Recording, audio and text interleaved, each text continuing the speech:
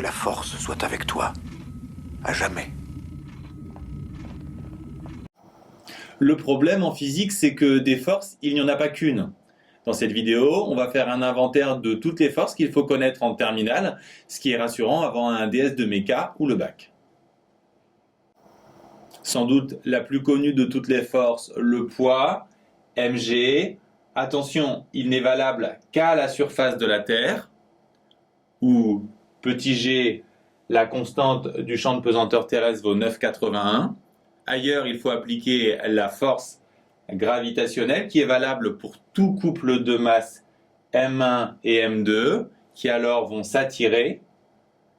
La force dépend de D, distance entre les centres de gravité des masses, et sa formule c'est grand G, M1, M2 sur D carré, où grand G est la constante de gravitation universelle. De la même façon, il existe deux manières d'obtenir la force électrique. Si on connaît le champ E, c'est tout simplement QE. Et si on veut l'obtenir à partir de deux charges, il existe deux situations.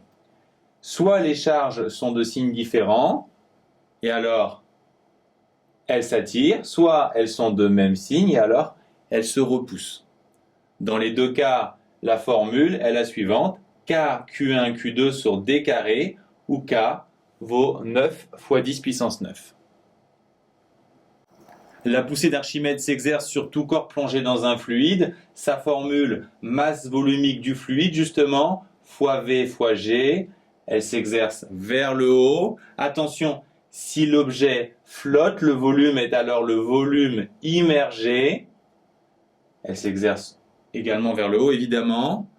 Dans ce genre d'exercice, en face de la poussée d'Archimède, vous aurez le poids qui aura une nouvelle formulation. La masse sera écrite masse volumique du corps fois V. Et il est intéressant de savoir que quand l'objet flotte, la poussée d'Archimède et le poids ont même intensité.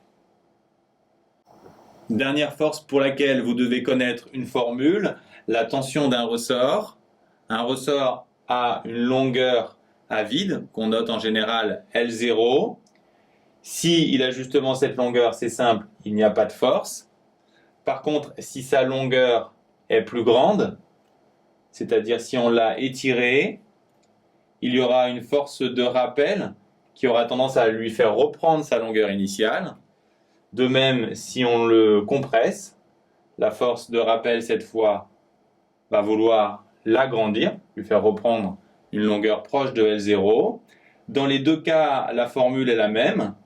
Elle est proportionnelle à K, la constante de raideur, et à L moins L0, l'écart entre la longueur du ressort et la longueur à vide. On introduit souvent la grandeur X égale à L moins L0, et alors la force élastique est égale à K, valeur absolue de X. Quand un objet est posé sur le sol ou glisse sur le sol, il subit ce qu'on appelle la réaction du sol, qui est composée de la réaction normale perpendiculaire au sol et des frottements qui s'opposent au déplacement.